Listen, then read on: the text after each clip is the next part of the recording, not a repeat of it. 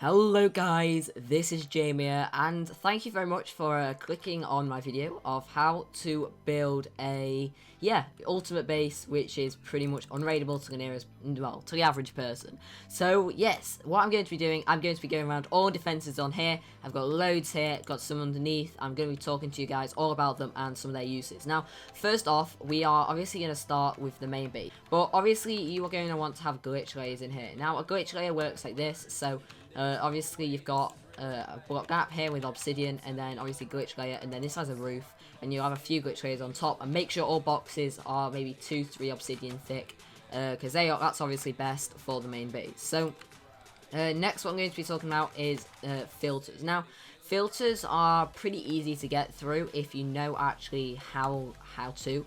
They're pretty well, they're not hard, let's just say that. But to your like simple basic cannoner who's just scammed in a cannon, they don't normally know how to get through filters, so they're always really useful to have. And especially at the top here when you've got bedrock filters, they just take a bit of time to get through and obviously will slow people down, so they're always useful. Now, I just like to say, if you're not subscribed, it'd be so much appreciated if you could subscribe, and yeah, leave a like as well, that'd be so much appreciated. It only takes like 2 seconds, and yeah, it's so much appreciated for me. So next what you've got is sand walls. Now obviously everyone has sand walls now. They're pretty useful, to be honest. Like what happens is, obviously if they shoot, then the problem with sand walls is they might clip on them, and they also may take multiple shots if you're not cannoning in from the top at 255. So next what we got is obviously just some straight walls. They're just like normal walls to protect your base, nothing really too special with those. But if we go down here, then obviously we are going to see, yeah, I've got the base all the way from there all the way up to the top. If we go down here, then we're going to be able to see these regen 45 walls. Now, what happens if you break that, then it regens. Break it, look, so let's say you've shot in, and it's regenning. And it's gonna, look, it's causing some like really messed up thing. That's like lava regenning everywhere, and it's just gonna be, look, there you go. Hard, like, it's just gonna be hard to get through. So that is why, to be honest, I would recommend having these. Now, they do look a bit complicated, and to be honest, if I were you, I'd have them stacked all the way up to the top on top. So another one like that, and then like that, all the way up to the top, and also have them going down underneath your base as well to stop people going underneath and reversing up. But I have done a tutorial of those. There'll be a link down in the description of how you can build those and do all kind of stuff like that. So yeah, that's obviously down in the description. We have actually got we don't have these wrapping around. We've only got them like this, so it goes up to here, and then we've got a gap, and then up to there. You can have them wrapping around, and it is kind of useful. But as long as we got lined up with that, then unless people mid-air stack on one of these and then left shoot in, they're gonna have to go through these regen 45s. Anyway, so that's pretty much that. Make sure you have the top and water bottom. Bottom's got to be sources, and the top doesn't need to be specifically, but yeah, anyway. So also, obviously, like I've done there, I have mined out the whole of the bottom. That is to stop people being able to backstack and being able to, yeah, then reverse. In fact, I don't know what I'll do. I'm going to show you guys the reverse layers now. So if we go up here, we've obviously got not filters, we've obviously got sponge trays here just to stop the water falling down. But if we go up here, we've got 1, 2, 3, all of these reverse layers, all watered with obsidian. And then if we go in here, we got obviously the bottom of the glitch layer. So reverse layers are really useful. Obsidian is really useful to have them in, because obviously that's what protects the most. It's got most hits. It's got more hits than obviously stone or whatever. So when building this base, I've assumed that war zone is here, and you're in a corner base. If you're not in the corner base, always remember to get a world border base, and then you're just gonna have to replicate one of these sides on this side as well, and make it so it's like 3 walls on each side. But corner bases are just the easiest to make. They take less time and all kind of stuff, so that's why they are the best. So also under here, what you'll see is we have got these cobwebs. So in order for these to be like really useful, you're gonna make sure they are a bit apart, and yeah, you're gonna have to have proper 255 autos, like cobweb busters, in order for it to work. Otherwise you're going to be taking multiple shots on walls. So these just slow down people. If you've got all cobwebs all the way for all your walls, then it's just going to be like so hard to raid and pretty much unraidable, unless people want to spend a lot of time filling up their autos with well, obviously for the thing that can break cobwebs underneath. And finally, at the bottom here, we've got some slabs. Now, most cannons now come with slab busts, so they're not really necessary, but if you're having cobwebs as well, then they're really not necessary in order to have actual slabs there, but they're always really useful to have if people don't actually know how to like actually cannon, and I mean, if they've skemmed in a cannon, they don't really know what a slab bust looks like, then they're going to be messed up, because if they can't actually turn it on, then that's going to be hard. So obviously we've got this gap. Like I said, we're going to be stacking regen 45s all the way up there. I just didn't have time, because building each one of those takes quite a bit of time. Stacking them up, not the best either.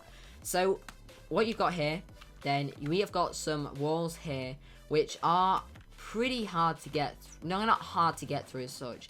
It's the fact that in order for you to go and break the regen 45s, you've got to break a lot. Now you've got to get a 3x3. So in order, if you want to come in at any place, let's say here, you're gonna have to break here, and then you're going to have to stack here and break here, and then stack here and break here. And then once you've done that, you're then going to have to go stack here again and break this one. And then you're going to have to go here. So what it means is that people, in order for them to be able to go through these walls, they've got to go through at this angle here, and they're like here. Otherwise, they're going to have to be going through 3 per one.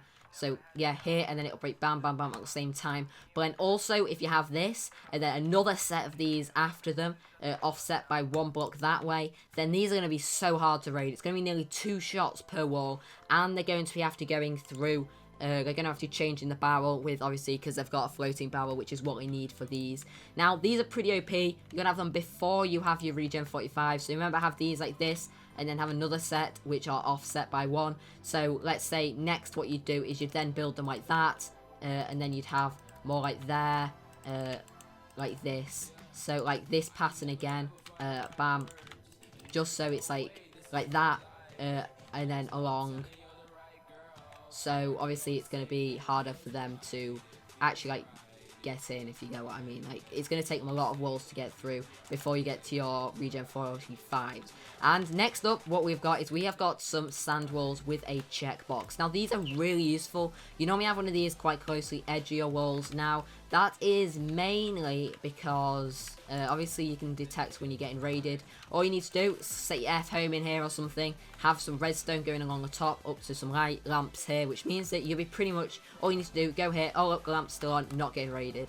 Now if they're disabled, now I know they're not allowed on a lot of servers due to the fact of people being able to use Tiger Hacks Client, which actually detects where when sand or redstone is broken and sends you Skype notifications. But yeah, that's obviously disabled on a lot of servers, so a lot of servers you're gonna have to manually run across there and just check if you're getting raided. Next up, we have got some Obsidian Walls. Now, I remember last map, I play Archon, if you guys don't know, and I used to play Silver, and we obviously quite a lot of factions on Silver last map had Obsidian Walls, and they took so long to get through. It was pretty insane, actually. We must have spent maybe 20 minutes getting through 8 Obsidian Walls, even with a massive cannon, a massive 255 auto, web buster, all that stuff. They still take a lot of time to get through, unless obviously the block durability is low and you have like a really, really big scatter or whatever you want to hit it with. So yeah, Obsidian Walls are always really worth having. So next up, we have got these kind of walls. Now these are pretty much the same as these, but obviously a bit spread out. And so pretty much if someone's going to want to raid you, they're going to have to go through 2 walls at a time. So let's get some sand. Let's say that's sandstone.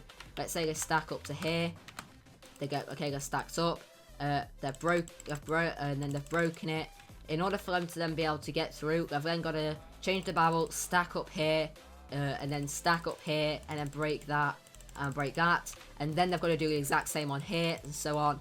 So having these kind of walls is pretty good. It means you're going to have to go through multiple walls at a time. Well, not multiple. Yeah, they're going to have to go through multiple ones per time. Just because when they get to the regen 45s, they're going to have to stack sand up 3 times. Unless you've got some insanely OP cannon that you don't need to do that for. But yeah, anyway. Next we have got pretty much just some straight walls. Now, straight walls are like almost one of the most effective. Like, they take time to raid. Well, they don't. If you got an auto, they're just hard. Well, obviously, like hard. Well, they're not hard to get through, but it's just like time, slowing people down. That's what straight walls do. If you want to know how to make these or wrap walls, I did do a really good tutorial down in the description, so go check that out. And if you want to know how to like gen these, I know you can use printer to get sand walls genned in really quickly. But if you want another way that doesn't use printer, maybe printer's like buggy or like disabled on the server you play, I'll be a link to that down in the description as well. Now I just like to get onto the filters. Filters, I've obviously got the bedrock at the top, because obviously that stops people cannoning in from the top. Well, it doesn't stop, it just slows them down a lot. Now you can have sets of filters wherever you want, in between any types of walls. Always really useful to have, to stop those people who don't really know how to raid. Maybe a set really like far out, close to the edge of your base. So yeah, obviously what you do with these straight walls is you'd stack them along here. You'd have loads and loads and loads, filling out your whole buffer or whatever, however many, like on the arc it's 20 chunks, but however many chunks you can of walls. So they're always useful to be able to stack out. And yeah, that's pretty much it. So also what I've got here is I've got some corner pillars here. I know these if you line these up correctly, then I've done these one off, but they need to be one off in either like in each direction. So to be honest, this one here should be here, but it's not the end of the world that I've done them wrong. You need to just shift it over one block that way and one block that way. So this block here will be here, and then people are gonna have to go through all of these if they're gonna left shoot. And to be honest, are they gonna want to left shoot this? They're gonna have to go through here or tunnel along a wall way to here. Left shoot, they're gonna have to go through these. They're gonna have to go through to obsidian walls, a sand wall, all of these regen 45s. More straight walls, sand walls, filters, and just to get into your base. Like, are people really gonna do that? I don't think so. So, to be honest, extend walls out. I'd, to be honest, have maybe 60 straight walls, or maybe something like 40 to 60 before you, or wrap walls before you then start on straight walls. So, what I do now, if I were you, I'd have this. I'd have these walls, and I'd just continue making these walls all the way up here until obviously the edge of your claim, which is just, yeah, wherever. So I'm pretty sure that's been it explaining the video. I'm just going to go down to the bottom and explain a bit more. Now, mining out underneath is always useful because it means that people won't be able to, it means that people won't be able to, like, let's say rev lefty off something and then go up. So let's say I was here. What I could do is I could tunnel in along here. And oh look, this is watered here. I can create a backboard. I've got a backboard. I can reverse up the wall, left shoot straight into the base. So always make sure the bottom's dry and you have no blocks. And yeah, you can make this for every single wall. So let's say we've got this one here under here. So the next one you'd want would be here. Have these, so it's like 2 across, bam, and then have it exactly the same going around wrap. So yeah, I think that's pretty much been it for the episode. If you liked it, please remember to leave a like. And yeah, I spent so much time on this, so if you'd like to subscribe, it'd be so much appreciated. If you have any more ideas of what I could add to this OP base, again, please do feel free to leave them in the comments. And if you have anything I've said wrong, done wrong, and would like to obviously say something about it, then please feel free to leave a comment and I'll get back to you. And yeah, so this is pretty much it. Remember to go and check the tutorials or some of the individual bits that I've done. I've also regen filters are something that you might be able to do. I've got a tutorial. I'll put that down in the description as well. It's not necessarily too needed because yeah, they're pretty, like, lava's disabled now on a pretty lot of servers, so you can't actually use lava defenses. Like, to be honest, what I'd even do if lava was disabled, I'd keep a few of these walls lavaed, just so you might get the clip of death or regen of death if they mess up cannoning or TPS drops suddenly or something like that to mess up their cannon. So yeah, like I said, pretty much been it, guys. Thank you so much for watching, and I have been Jamea. Remember to subscribe, and I'll see all you guys in the next episode, I guess. Goodbye.